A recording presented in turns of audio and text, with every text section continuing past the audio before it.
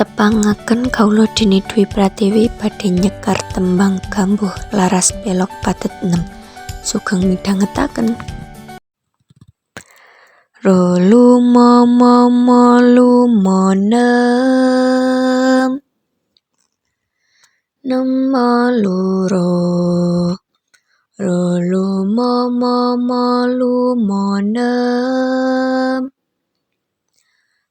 cinem ciro. Lu cinemo.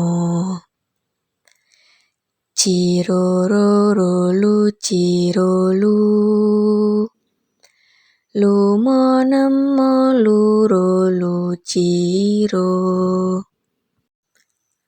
Sekar gambuh ping catur. Kang cinatur polah kang kalantur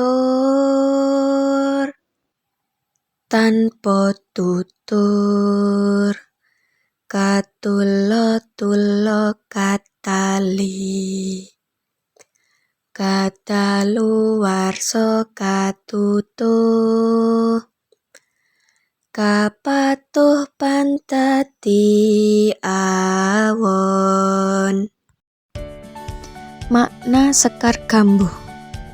Sekar gambuh ping catur nduweni makna tembang gambuh pupuh kaping 4. Kang cinatur polah kang kalantur nduweni makna kang diamungake utawa andharakake perilaku kang ora bener.